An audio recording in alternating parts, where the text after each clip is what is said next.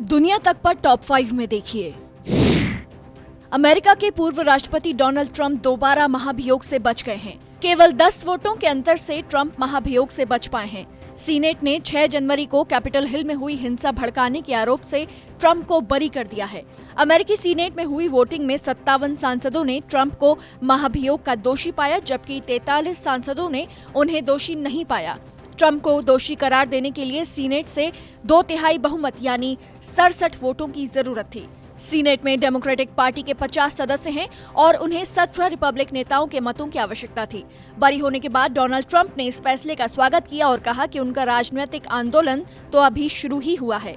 उधर Donald Trump के महाभियोग से बरी होने के बाद रिपब्लिकन्स के माइनॉरिटी लीडर मिट मैकॉनेल ने कहा कि पूर्व राष्ट्रपति डोनाल्ड ट्रंप 6 जनवरी को कैपिटल हिल पर हुई हिंसा के लिए व्यावहारिक और नैतिक तौर पर जिम्मेदार हैं।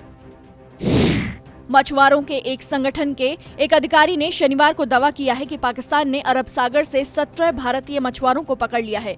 नेशनल फिश वर्कर्स फोरम के सचिव मनीष लोधारी ने कहा कि 2 दिन पहले पाकिस्तानी समुद्री इलाके में प्रवेश करने के आरोप में पाकिस्तान की समुद्री सुरक्षा एजेंसी PMSA ने भारतीय मछुआरों की 3 नाव भी जब्त कर ली। भारत के नेशनल फिश वर्कर्स फोरम की ओर से बताया गया है कि एक हफ्ते पहले 2 नाव पोरबंदर जिले से और एक सोमनाथ जिले से मछली पकड़ने गई थी। इनमें 17 मछुआरे सवार थे। हालांकि गिर सोमनाथ और पोरबंदर के अधिकारियों ने घटना की पुष्टि नहीं की है। म्यांमार में 1 फरवरी को हुए तख्ता पलट के बाद दूसरे हफ्ते विरोध प्रदर्शनों का सिलसिला लगातार तेज होता जा रहा है। सेना की तरफ से मिल रही धमकियों के बाद भी शनिवार को म्यांमार की सड़कों पर बड़े पैमाने पर विरोध प्रदर्शन हुए। उधर सैन्य सरकार भी पीछे हटने का संकेत नहीं दे रही है। आंदोलनकारियों को कुचलने के लिए सेना सड़कों पर उतर आई है।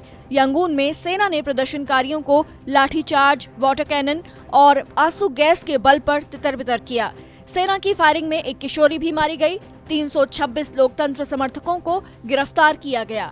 सेना का कहना है कि वो रबर की गोलियां उपयोग कर रही है, लेकिन घायलों को लगी गोलियां असली पाई गईं। उधर संयुक्त राष्ट्र की मानवाधिकार परिषद में ब्रिटेन और यूरोपीय संघ के देश म्यांमार के सैन्य शासन को सू की और बाकी नेताओं की रिहाई के निर्देश देने के लिए प्रस्ताव लाए थे, लेकिन चीन के नेतृत्व में रूस समेत कुछ देशों ने इसका विरोध किया। इस पर UN विशेषज्ञों को म्यांमार की निगरानी और सेना पर प्रतिबंधों के प्रावधान हटाकर प्रस्ताव लाना पड़ा। इसके बाद भी चीन ने प्रस्ताव से खुद को अलग रखने की घोषणा की है।